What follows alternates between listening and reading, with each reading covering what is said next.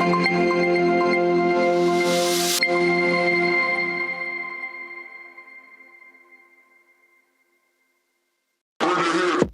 are witnessing America as a failed social experiment.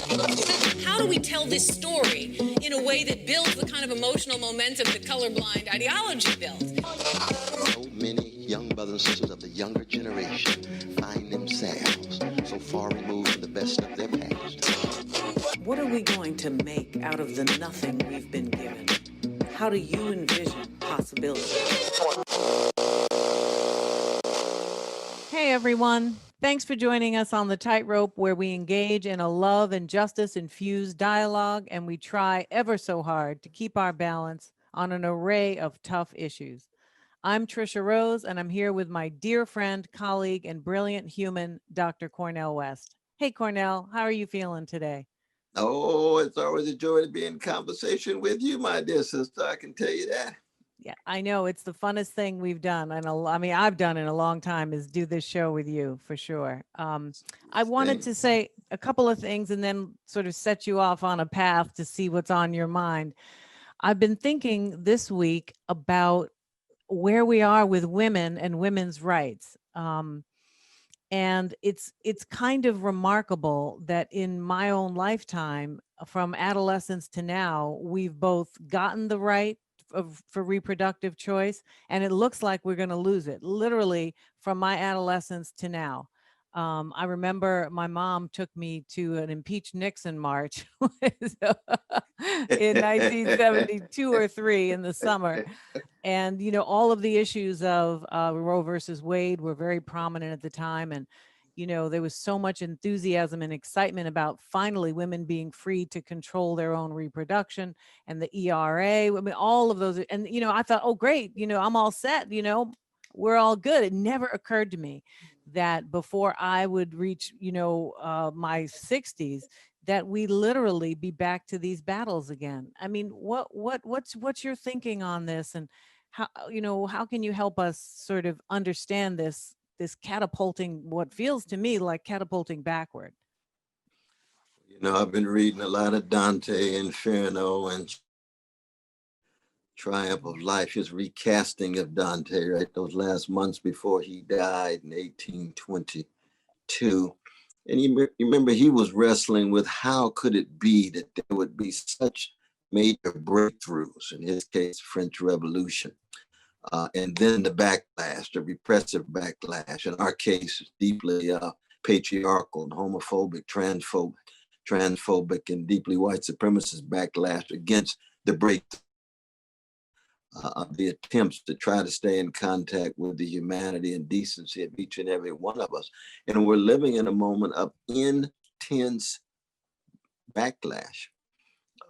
It's grimmer, it's bleaker, and yet our memories of what went into the breakthrough need to solidify. We have to remember the courage, the vision, the service, the sacrifice that went into it. And the question becomes, how do we have the same kind of courage in order to deal with this backlash? Because right. This neo-fascist escalation is as real as a heart attack. Ooh. And one of the major focuses precisely on, you're right, on women's humanity, right to choose, women's freedom, but also just women's dignity. You know, this sense of debasing vulnerable groups. Be it women, indigenous peoples, Mexicans, Muslims, Jews, Black people, Asians across the board. We've got to just fortify to fructify. You know, we got to be ready in order to generate the fruits. And the fruits are going to be highly sacrificial in this case, because we're living in a counter-revolution in a massive way. Right. I mean, I think, you know, this really ties into when you said we have to, you know, not only have courage, but, you know, be prepared and fortified in terms of, you know, partly knowing what's happened before, right? That courage comes not just from courage to fight, but to understand what the fight's about, the fact that it's been, you know, happened before, that it's been denied before. There's this quote from Amiri Baraka, formerly known as Leroy Jones, for some of the audience members who may not know both of his names, but he talks about the ability and the politics of people and movements finding the tracks of their activism erased. So they push the boulder back up the hill the same way as everybody else because the tracks of what happened have been erased. And I'm thinking a lot about education in relationship to this and the, women's history and how rarely it's taught seriously, how much we fight to get the tiniest bit of African American history in the general curriculum so that people are not only ignorant literally, but then they're viciously ignorant and haughtily ignorant, and actual women and people of color themselves are also lacking a level of knowledge about the fights that come before. How would you connect that piece of the puzzle around education to the necessity of knowing what's happened before in order to have the courage and fortification for the battles we have ahead? Well, I think we have to have a subversive memory. Because in the end, it's really about seeing more clearly and feeling more deeply and acting more courageously, and patriarchy and predatory capitalist sensibilities tied to greed and racism. All these have to do in the end, it seems, with people who are not seeing the dignity and humanity of women and of working people and poor people and peoples of color. That they don't feel enough. They have compassion for their own little platoon, and it doesn't spill over to other people's communities and other people's nations. And then we got too many cowards. You got too many conformists. They don't want to act courageously. They don't want to take a risk. They don't want to cut against the grain. They don't want to have to bear the consequences of what it means to follow a vision that can get you in trouble. And that's a spiritual condition, you see. So that seeing and feeling and acting, that's the only way we can counter this deeply right-wing counter-revolution against the breakthroughs for women and other vulnerable groups, other groups that have been hated and haunted and hunted down. That's really what we're talking about in terms of the Machiavellian quality.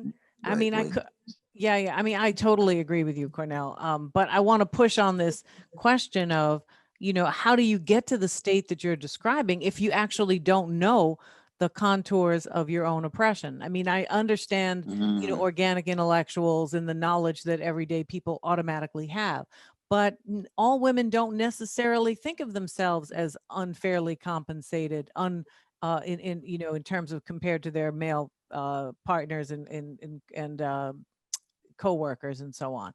Women don't necessarily see reproductive rights and freedoms as reproductive rights and freedoms, right? It's so I guess the question is, how do we not only have the courage and the sight and foresight, but also the kind of knowledge base? How do we create a knowledge base that inspires that? Because I guess my argument is that we need that knowledge base.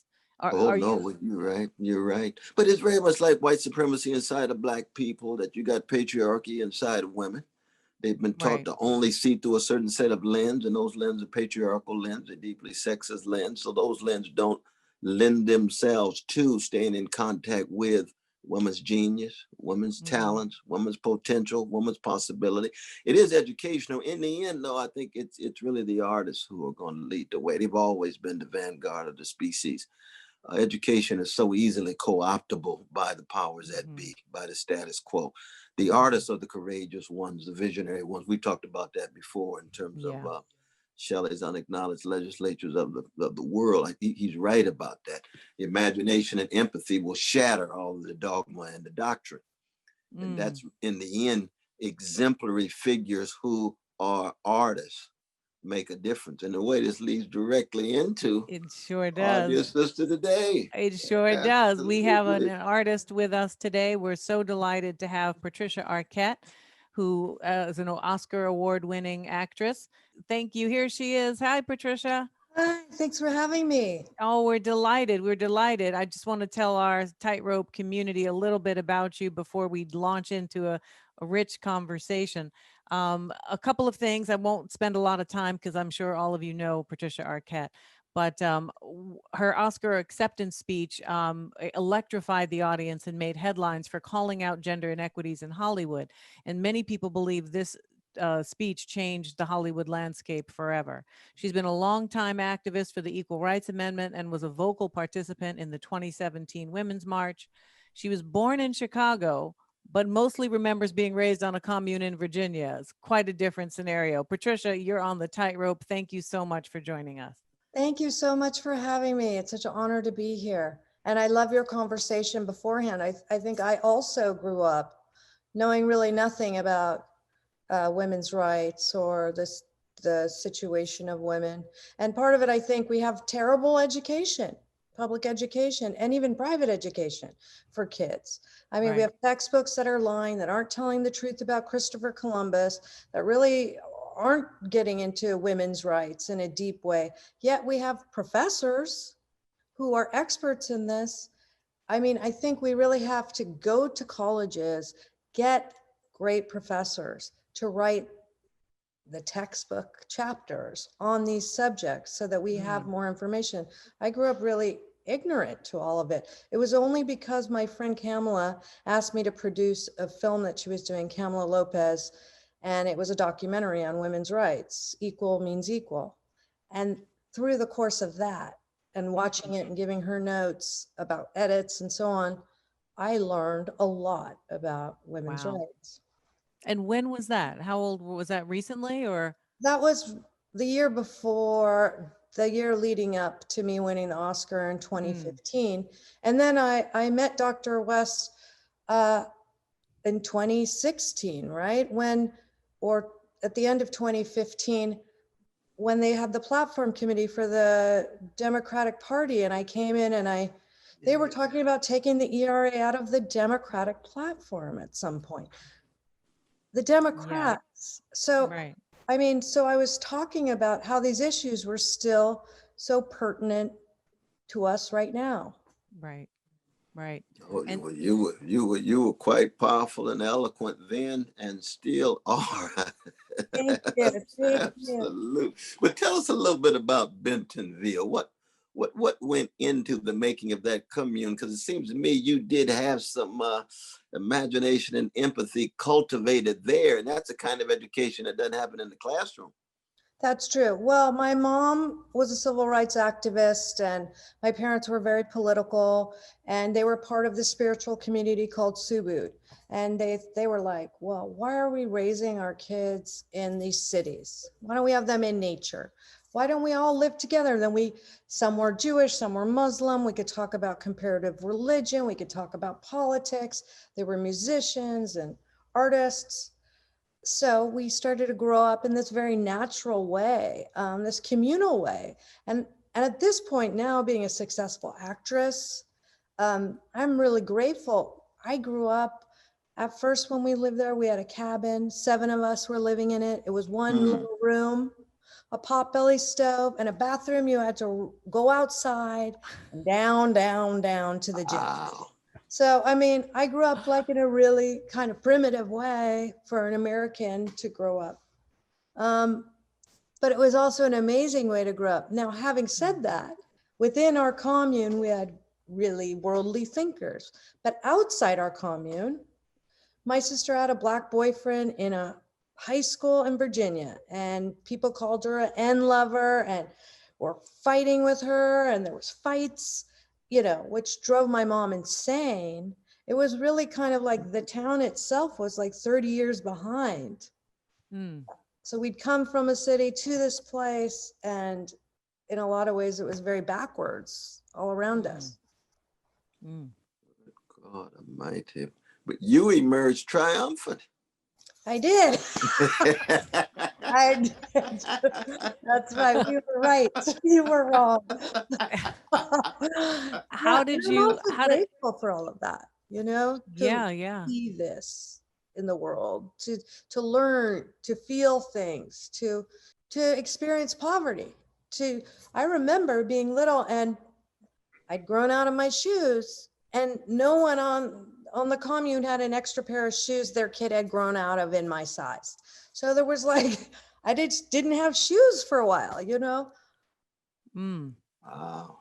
And when did you decide, and how did you translate that experience into deciding to be an actress? Because you have a family political legacy, but you also have a tremendous acting legacy. When did you decide that you were going to follow in your family's footsteps, with or without shoes? I'm not wearing shoes right now. Full disclosure. My great grandparents were in vaudeville, and my grandfather was successful. He did like vaudeville at 14. He was playing in speakeasies, the trombone, and then he was on live radio. He played this character, Slap Happy Grandpappy, and then he was on the Jack Parr show and the Hollywood Squares. And then my dad was an actor, so it was part of our life. We grew up doing story theater. That was part of how we played in this commune. You know, we do theater games and things. And when I got a little bit older, my sister became an actress. My father was also an actor. And she started to be successful, and I wanted to, but I was also very afraid to do it. And so I also wanted to be a midwife. So I said to myself, look, I want to be a midwife or an actor. Which choice am I going to make? You know, being an actor, you could fail. It's very unlikely you'll be successful. It's very hard to make a living. I saw my dad struggle to raise us. But I said, look, more than being an actor or being a midwife, I want to be a brave person. So I'm going to commit between 18 and 19 to being brave. That's my job. So the scarier thing is to try to be an actor. So I'm going to commit to failing every day for a year towards being an actor. So I went on audition, or I'd dissect a movie, or I'd take an acting class every day. I'd get terrible feedback from auditions sometimes. And I'd say, you know what? I'm such a badass. I'm going to show up at the next audition and still audition. I'm not going to let it shut me down, because my real job is to be brave. Wow. And through that, I ended up getting a job. Had I not given myself the freedom to fail, I would never have succeeded. Wow. That is a powerful Isn't story. it? It's a powerful way of looking at the world. I mean, where did that worldview come from? I mean, America makes a fetish out of success. We know Tennessee Williams' great essay, The Catastrophe of Success. But America fetishizes success as if failing somehow pushes you out. And of course, we got the neo-fascist gangster in the White House. The very talk about failure makes him shudder. You know, like Yes. Faust in the realm of the mothers in Goethe's classic. Where'd you get this view of the centrality of courage and bravery, Dulce? I think my parents had it, honestly. I mean, my mom was diagnosed with breast cancer, and it was 3rd stage. And she did a lot of research. She was a brilliant woman. You would have loved her. Great poet. Yes. Amazing woman. And so she ended up doing alternative methods. But watching my mom, because she said, look, there's already a shadow on my lung. I'm really early 4th stage. But talk about bravery. I mean, watching someone battle that in front of you. She was such a badass when we were little kids. There's a story that when they were waiting for the bus, her and my sister. And when the bus came, they wouldn't stop to let this handicapped person on. So my mom just laid down in front of the wheels of the bus until they stopped and let them on the bus.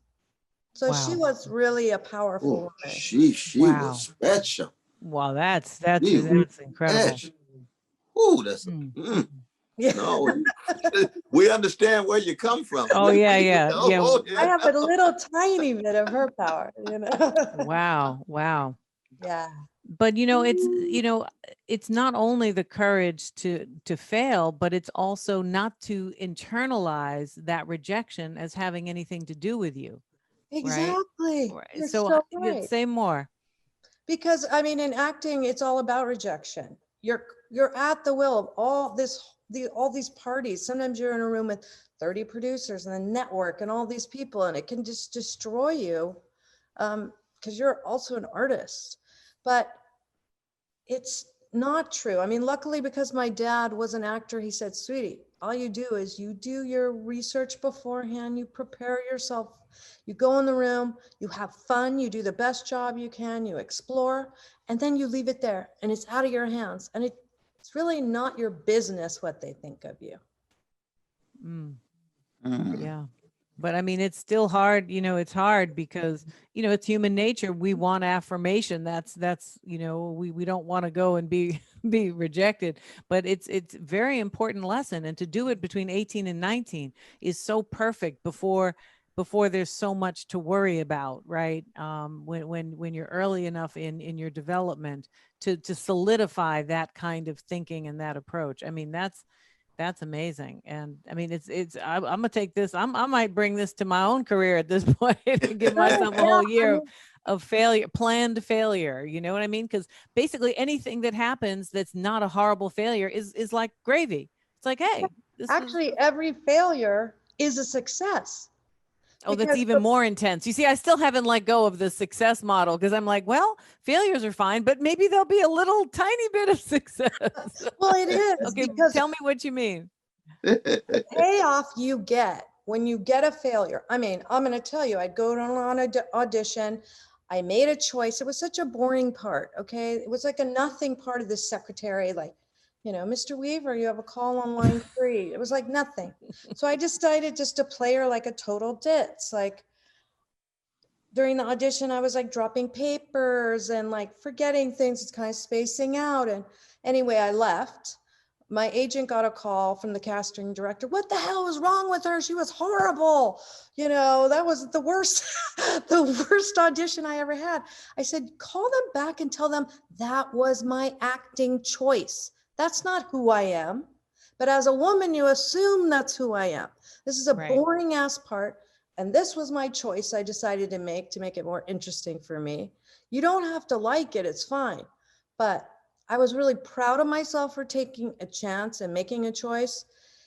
And once I got that, negative response, instead of shutting down, when I got my next audition, I was like, the prize that I get is totally committing myself again. Okay, years ago, sometimes in acting, I'll do different things. Like I have these medicine cards, which are different Native American animals, and I might pull some on a project. And I was doing this, we were building toilets in Haiti, compost toilets. And I pulled the snake card. And snake medicine is people who can ingest poison from a snake, and they ingest it and they keep getting bit and they get stronger and stronger and they build up an immunity to poison, which makes them super strong. So that's kind of how I looked at failure. Actually, every failure that came to me, I took it and I put it in me and I transformed it into medicine. And I said, that's great. I will take that failure, and instead of it being my kryptonite, it's going to nourish me. Mm-hmm. And it's going to nourish my strength to push through. Wow. Wow.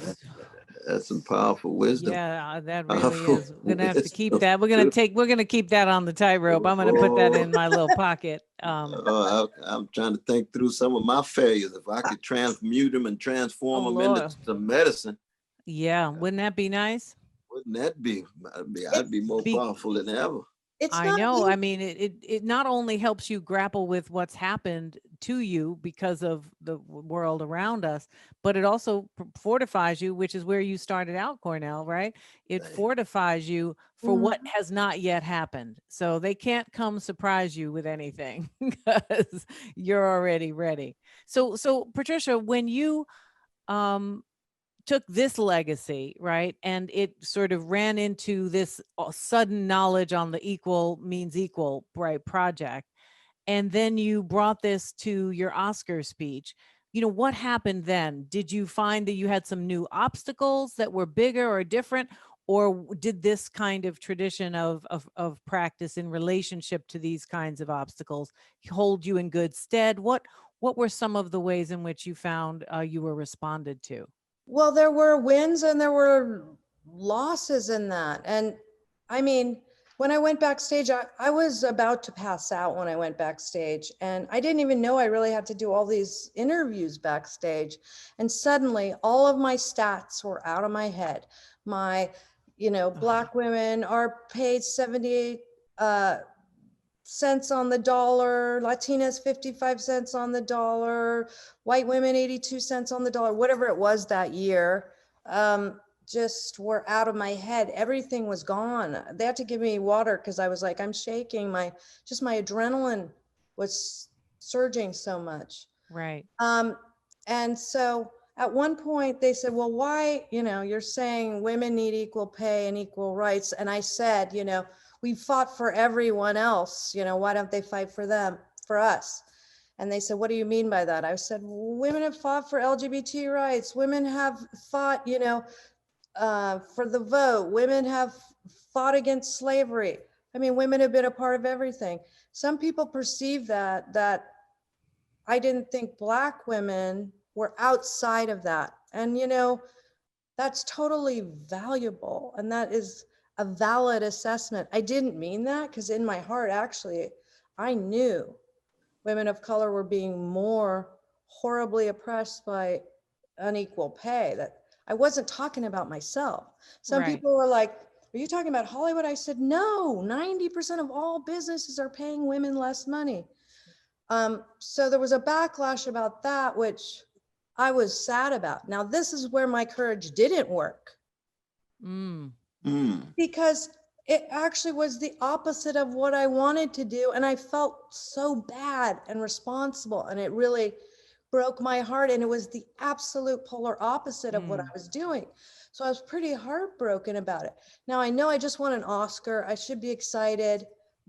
It was a mix of all these different things. The next day, the first thing that happened when I went to work is a Black woman editor came up to me and she said, I had to find you.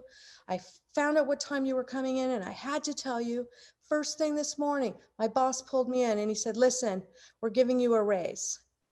And she said, what are you talking about? He said, we haven't been paying you equally. She said, thank you so much. And then that happened over and over again. I mean, women of color, some were really sad. They were going, my boss came up to me and they told me I got this check. And I thought, well, is it a bonus for something I did? And they said, no, we were paying you less. And when I looked at that $10,000 check, it really broke my heart that this company I work for and I care about did this to me. And at the same time, so that was my first morning, which made me feel a little bit better. And then the next thing that happened was Senator Hannah Beth Jackson called me and she said, oh my God, I've been trying to pass this legislation in California for equal pay for years and no one's listened. But now because of that speech, people are listening. So we were able to push through that. She got her law passed. And then subsequently 42 sister laws passed across the country, which led to thousands of women getting paid more. Right now, actually on Newsom's desk is a really important piece of legislation that we need him to sign, which will clear this up. I think you guys probably know one of the first things in office Donald Trump did was roll back an executive order Obama had, which would have forced pay transparency to all of the government contractors. So they were gonna have to report on the salary of, each department on age, sex, race, all of it. So suddenly we would have seen boom, boom, boom, boom. How much are Black women being paid for this? How much are, and then when you have transparency, then you can take a case, okay? Then you could say, hey, here's the proof. You're paying me less. So right now, well, immediately Trump rolled that back, of course, so we don't have transparency. So right now in California, Newsom has on his desk legislation to pass for transparency in California for all California contractors. Yeah. So. Yeah, I mean, that's important. That's important. Go ahead, Cornel. I'm sorry. You were good. No, I mean, it's just amazing the kind of response you got. Isn't that this powerful speech, though? I mean, the bravery that goes all the way back to Chicago, Bentonville, now on the national and international stage. And you think of all the grassroots organizing and folk in the streets calling for the same thing, putting the pressures, bringing power to bear. And then your voice right there in front of millions all around every corner of the globe, boom. Those kind of effects and consequences flow therefrom. I mean, it's really something to see what role an artist, a towering artist, can play when he or she intervenes with vision and courage. Well, I think also the thing is the indoctrination of being female in America. It's be nice, don't make any waves, be polite. This is your top echelon of your business. All your employees are watching. None of them were thrilled that I was calling for, half of their workforce to get paid more. Also, they were amongst all these industries paying people less. So I knew what I was doing was controversial, but when I thought about it, I was like, I'm winning this Oscar for a woman struggling to raise her kids. And she's getting paid less. Yeah. And how would her life have been different? And how would my mom's life have been different? My mom at one point wanted to leave my dad, and she said, I can't support you guys. And I have cancer, and I will lose my insurance because while I've been with him for 30 years, 6 months after I leave him, I will be dropped and I have a pre-existing condition. It's like your value as a woman didn't matter. Your life's work was raising a family. It doesn't matter. Right. So I said, look, if this does happen and if I do win, I want everyone to win. I want to take this and make this something that helps a lot of people. Yeah, that's so powerful. Well, that's what you did. That's what you did. I mean, these things, what your example and what the story, the movie you won the Oscar for, what they bring together is a combination of the ways in which women are placed on pedestals for this illusion of, motherhood and family responsibility, but how that is required to be a subset of a patriarchal context, so that their very elevation is attached to their domination. Because if mothers were so valued in the first place, then there would be health insurance for them and their children. They wouldn't have to be married in order to survive economically. It wouldn't be reasonable for women with children to be paid less systematically, because all of that, begins with the principle that women work for extra money, that the men are the breadwinners, a patriarchal, heteronormative, homophobic framework. So you brought all of that together at that point. Now that was 2015, is that right? Yeah. So 2 years later, you're involved in the Women's March. Tell me, sort of walk us through that journey, because, that was an amazing January. I will say, it was very exhilarating. I mean, it had its flaws and there were issues and there are things always to work on. And women are not a monolithic group. Right. It's very complicated to figure out how to talk about gender across all the things that intersect. But I thought the Women's March was very powerful and very inspiring. And you were, a central part of it. Talk a little bit about how you got involved and what your experience was. I really wasn't a central part of it. I didn't speak. And I had, as soon as Donald Trump won, and I heard about it, I just booked my ticket because I was so furious that he had won. So I was there and I was watching the speeches, and I was, with my body, being one of the million bodies or however many we were all there. But I really had no part of major participation. I think part of the reason was this backlash from my speech. So it was kind of a mixed experience being there. It wasn't painful, only in that I carried pain I thought maybe I had somehow contributed to other people.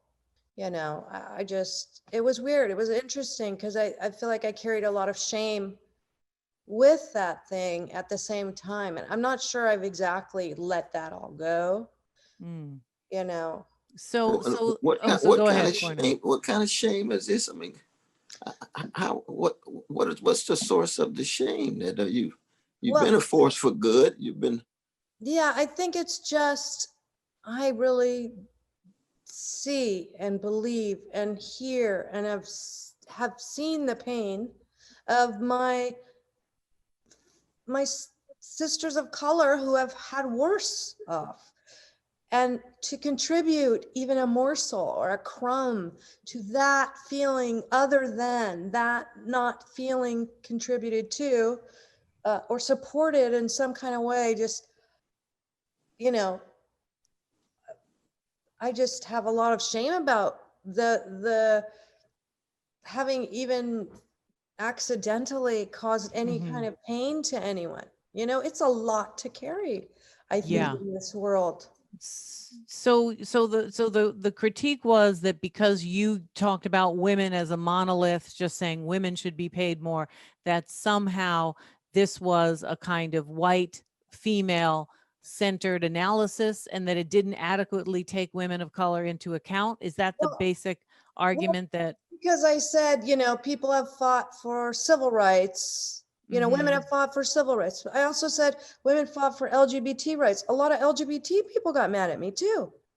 A lot of lesbians were like, we are women. I was like, I never said you weren't women. I mean, Right, right. no, So what we're they read women. was that you were saying this other group of women that were not Black, that were not queer, that were not trans, right? Somehow the we you were referring to, when Was what you meant white was women we've been only. embedded in all of these communities. Women as a whole are embedded in all of these communities, and we're as diverse as any other group of people, but we all share this particular role in the world. Is Right. that what you, right? So that's Well, what some got people misunderstood. thought that, yeah, they thought I was excluding LGBT women and I was excluding Black women and I was Right. excluding whatever.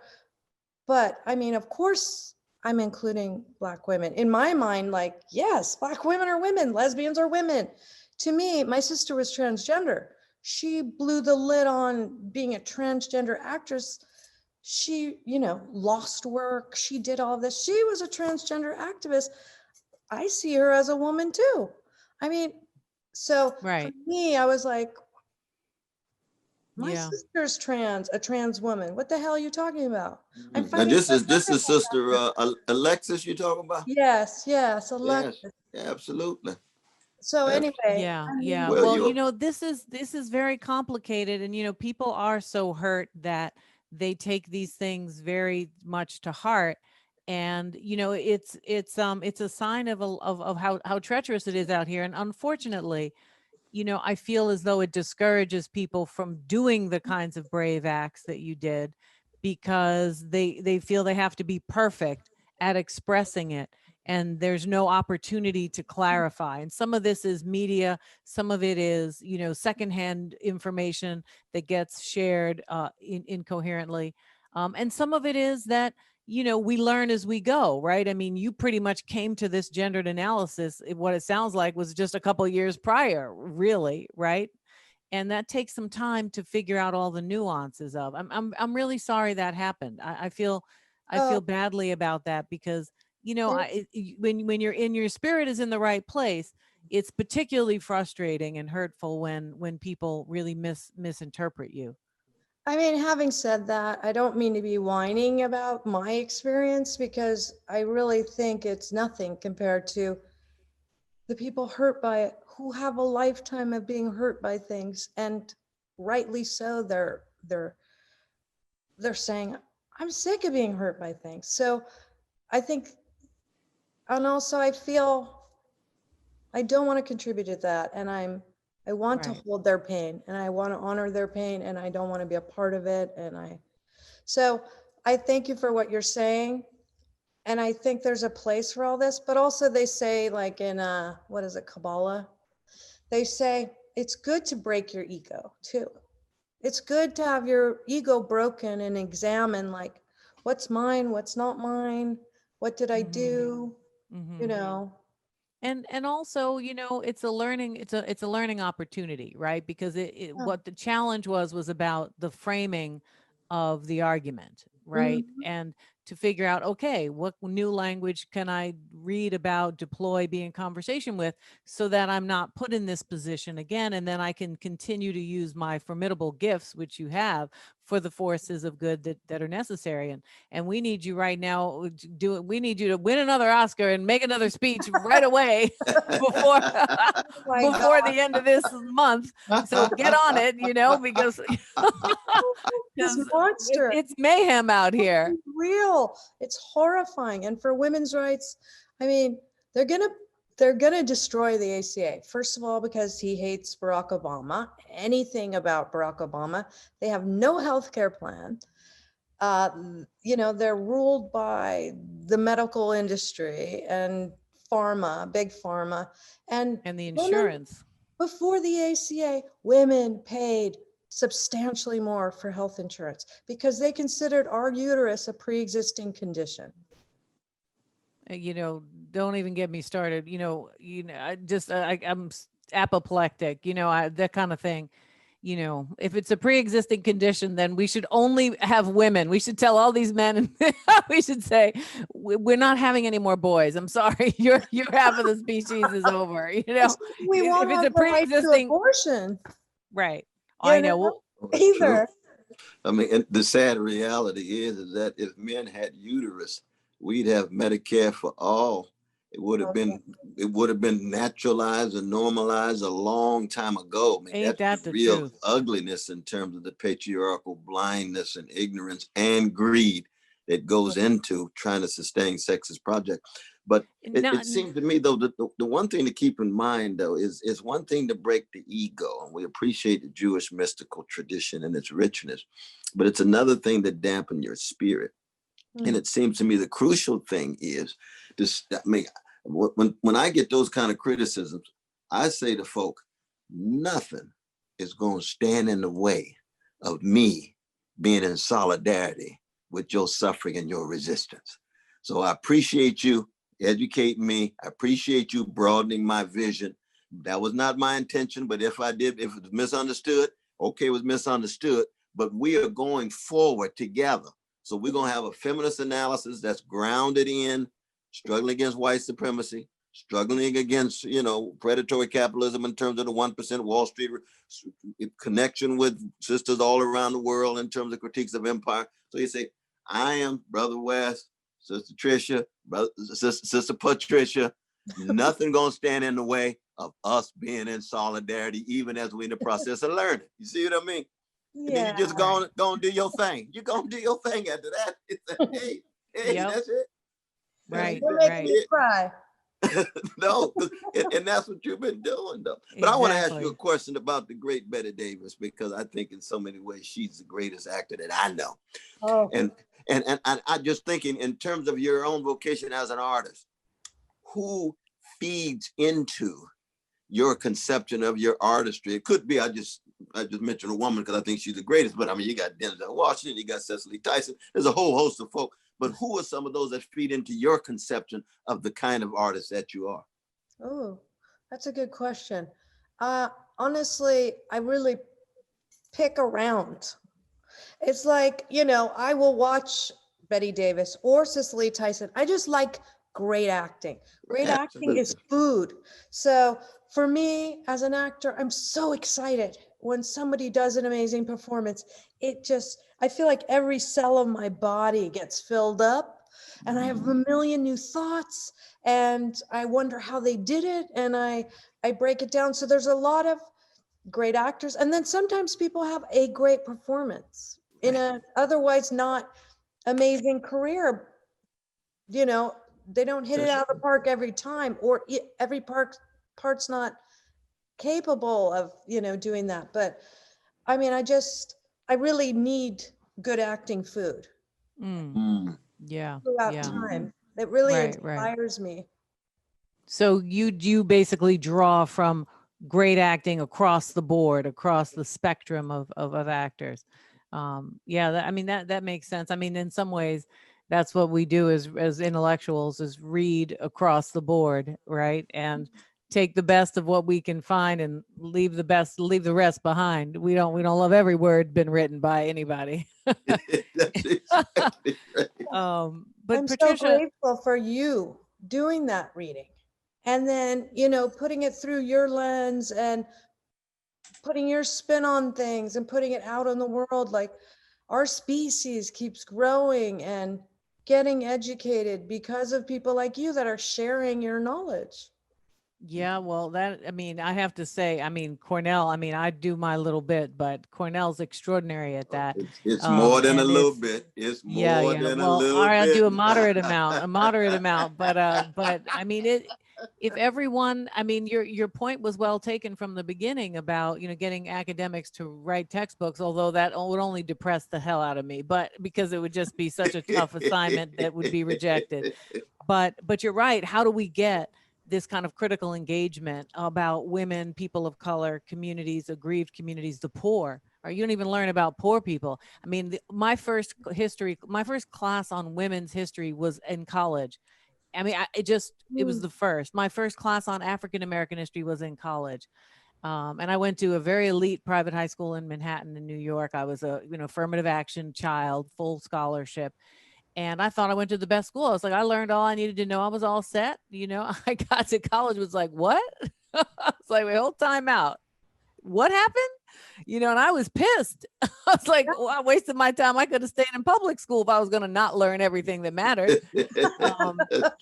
But you're also concerned with other projects beside these issues. You have a new project coming out with Woody Harrelson. You want to talk about that? Well, it's about like restorative agriculture and how we can deal with climate change and feeding the world through more restorative practices. But it's a documentary, and they interviewed my group, which is givelove.org, and we do ecological sanitation in the developing world. So we have projects like in Uganda and Kenya with our partners, and putting toilets in schools that are safe and kill all pathogens so that kids can have a safe experience. And when you learn about women's rights and through the world and women's history, I mean, we know that when there's a safe bathroom for girls to go to when they're menstruating, when they start menstruation,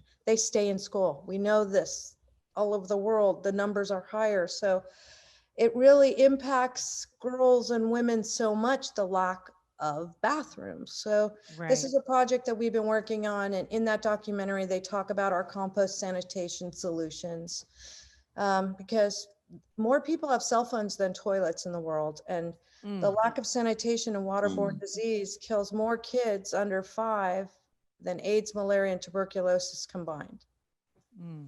Wow. Yeah, that's critical. And the intersection there is a brilliant analysis there between public health, adolescent femininity and women's, vulnerability, education as a form of self-determination and the capacity to imagine your own future, right? All together.